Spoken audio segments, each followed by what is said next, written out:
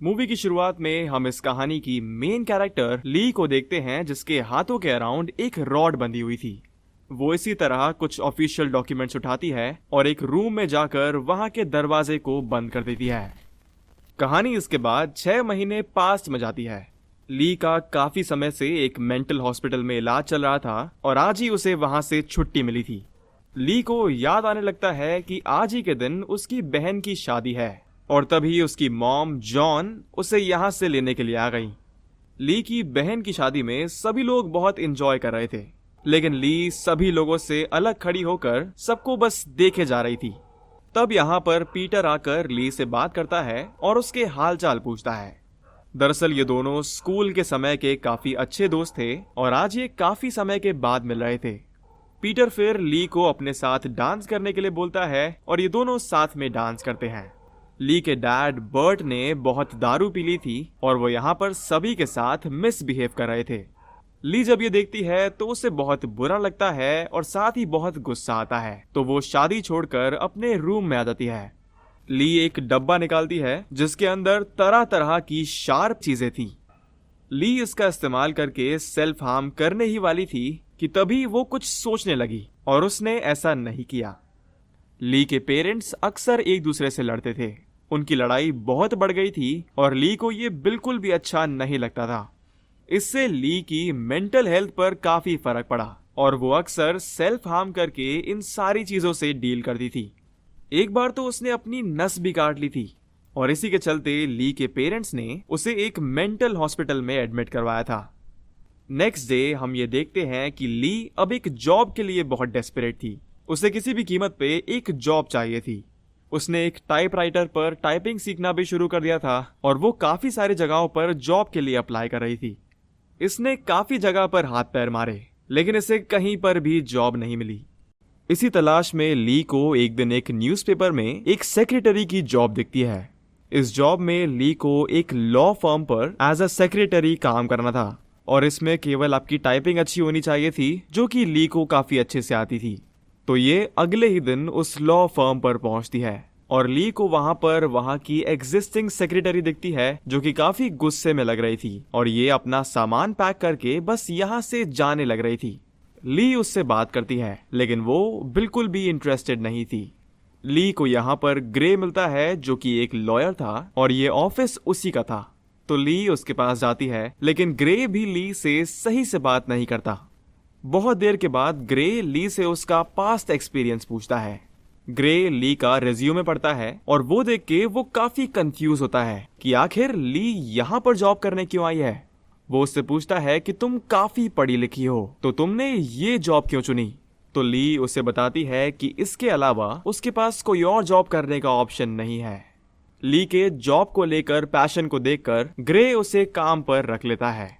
Grey फिर तुरंत ही इससे बोलता है कि मैंने अपनी एक बहुत जरूरी फाइल बाहर के डस्टबिन में फेंक दिया है और अब मुझे उसकी बहुत जरूरत है, तो तुम जाके उस फाइल को ढूंढ कर लाओ। ली तुरंत ही उस डस्टबिन में फाइल को ढूंढने लगती है और काफी देर के बाद उसे वो फाइल मिलती भी है। लेकिन ग्रे को इस फाइल की जरूरत थी ही नहीं। उसके पास इस फाइल की ऑलरेडी एक कॉपी मौजूद थी। वो यहाँ पर बस ली की इस जॉब को लेकर सीरियसनेस देखना चाह रहा था।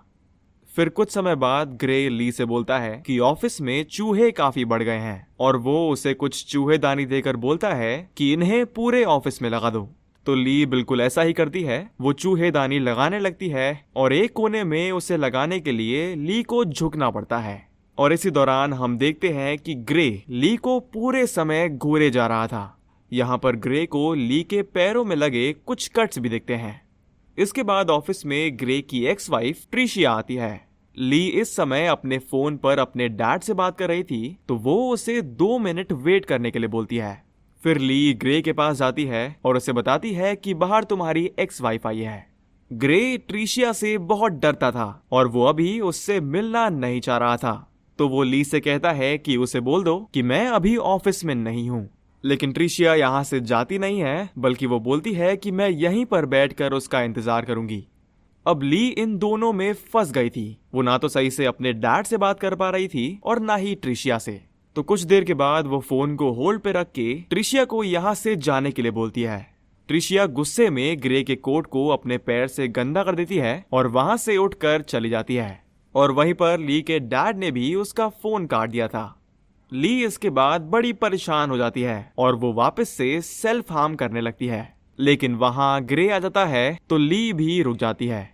उसी शाम पीटर और ली एक रेस्टोरेंट में जाते हैं जहां पर ये डिनर करते हैं और कोइंसिडेंटली ग्रे भी इसी रेस्टोरेंट में मौजूद था। पीटर ली को प्रपोज करता है, ली उसे एक्सेप्ट कर लेती है और ये दोनों यहाँ पर किस करते हैं और ये सब कुछ यहाँ पर ग्रे भी देख रहा था। अगले दिन ग्रे ली को बहुत डांटता है क्योंकि उसने एप्लीकेशंस लिखते समय उसमें काफी सारी स्पेलिंग मिस्टेक्स की थी। ग्रे बोलता है कि आगे से ऐसा नहीं होना चाहिए।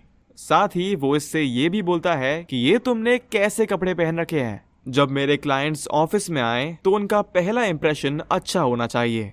तो वो ली को अच्छे मॉडर्न कपड़े पहनने को एडवाइस करता है। सेम डे पीटर ली को अपने पेरेंट्स से मिलवाता है। पीटर की मॉम बोलती है कि पीटर तुम्हें बहुत पसंद करता है और साथ ही हमें भी तुम बहुत पसंद हो, तो तुम दोनों अगले ही महीने शादी कर लो। अब यहाँ पर ली को पीटर से कोई दिक्कत नहीं थी, लेकिन वो अभी शादी करने के लिए तैयार नहीं थी। फिर अगले दिन ग्रे ली के पास आया और बोला कि मुझे डेमोन्स्ट्रेट करके दिखाओ कि तुम फोन पर क्लाइंट से कैसे बात करती हो। तो ली वैसा करती है, पर ग्रे इसमें काफी सारी कमियां निकालता है और बोलता है कि अभी तुम्हें और कॉन्फिडेंस बिल्ड करने की जरूरत है। ग्रे उसे यहाँ पर बहुत सारी एडवाइस देता है और ये दोनों काफी देर तक बात करते हैं।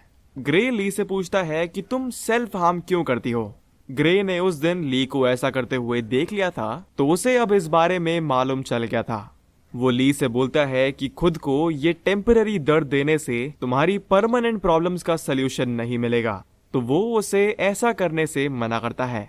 ली को ग्रे की इन बातों को सुनकर बहुत अच्छा लगता है। उसे पहली बार ऐसा लगता है कि कोई उसे समझ रहा है। ग्रे फिर ली से बोलता है कि आज तुम घर खुद चल के जाओ, इससे तुम्हें काफी अच्छा लगेगा। तो आज जिंदगी में पहली बार ली अपनी मॉम के साथ नहीं बल्कि खुद चल के घर जाती है। ली दरअसल यहाँ पर ग्रे से बहुत इन्फ्लुएंस हो गई थी। वो जिन जिन चीजों से खुद को हार्म करती थी उसने उन सभी को फेंक दिया। फिर कुछ दिनों के बाद ली से ऑफिस में कुछ गलती हो जाती है तो ग्रे उसे अपने ऑफिस में बुलाकर उसे टेबल के सहारे से झुकने के लिए बोलता है। वो एज अ पनिशमेंट ली के पीछे के साइड स्पैंक करता है और दोस्तों ली को इससे अराउजल मिलता है। उसे इस पनिशमेंट में मजा आ रहा था। फिर हम वही सीन देखते हैं जो हमने मूवी की शुरू में देखा था। ली के हाथ एक रॉड से बंधे हुए थे। ये भी दरअसल ग्रे के द्वारा दी गई एक पनिशमेंट ही थी। ली का ग्रे को लेकर ऑब्सेशन इतना बढ़ गया था कि अब उसे क्या खाना है, क्या पहनना है, वो सब कुछ वो ग्रे से पूछ रही थी। ली पूरी तरीके से ग्रे के पीछे पागल हो गई थी। फिर एक दिन ऑफिस में ली ग्रे को सेड्यूस करने का ट्राई करती है, पर वो किसी काम में बिजी था तो वो उस पर इतना ध्यान नहीं देता। इससे ली को बहुत बुरा लगता है।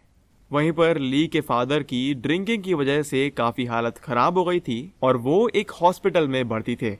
एक जगह ली को ग्रे से अटेंशन नहीं मिल रही थी और दूसरी जगह उसके फादर बीमार थे, तो ली काफी ज्यादा स्ट्रेस में आ गई थी। इससे डील करने के लिए वो पीटर के पास इंटीमेट होने के लिए जाती है, लेकिन पीटर उसे सैटिस्फाई नहीं कर पाता। तो अंत में वो वापस से ग्रे के पास पहुंचती है। ली ग्रे को सेड्यूस करती है और आज वो फाइनली मान भी गया। अब इससे पहले कि ये लोग कुछ भी करें, पीटर यहाँ पर आ पहुंचा।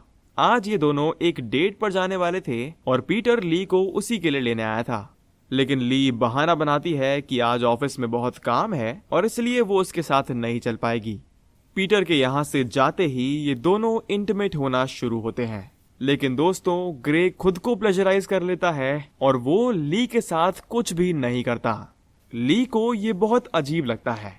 ग्रे ने ऐसा इसलिए किया था क्योंकि उसे ये समझ आ गया था कि इन दोनों के बीच में ये जो भी हो रहा है वो बहुत गलत है और ये सब उसे ही रोकना होगा।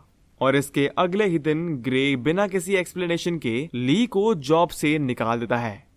अब इस बात को काफी दिन बीत गए, लेकिन ग्रे अभी भी ली के दिमाग में चल रहा था। वो ना तो सही से खा पा रही थी, ना ही सही से सो पा रही थी। इसके बाद एक दिन पीटर ली को उससे शादी करने के लिए प्रपोज करता है और ली भी उसके प्रपोजल को एक्सेप्ट कर लेती है। कुछ दिन और बीतते हैं और आज फाइनली ली की शादी का दिन था। मगर वो अभी भी पूरे टाइम ग्रे के बारे में ही सोच रही थी। उसे यहाँ पर ये रियलाइज हो गया कि वो ग्रे से ही प्यार करती है। तो वो अपनी वेडिंग ड्रेस में ही भागते हुए ग्रे के ऑफिस में पहुंचती है और बोलती है कि मैं तुमसे बहुत प्यार करती हूँ। ग्रे के बहुत समझाने के बाद भी ली नहीं मानती, तो ग्रे ली को वहां रखे टेबल पर हाथ रखने के लिए बोलता है। ग्रे कहता है कि जब तक मैं वापस ना आ जाऊं तब तक तुम यहाँ से अपने हाथों को मत हटाना।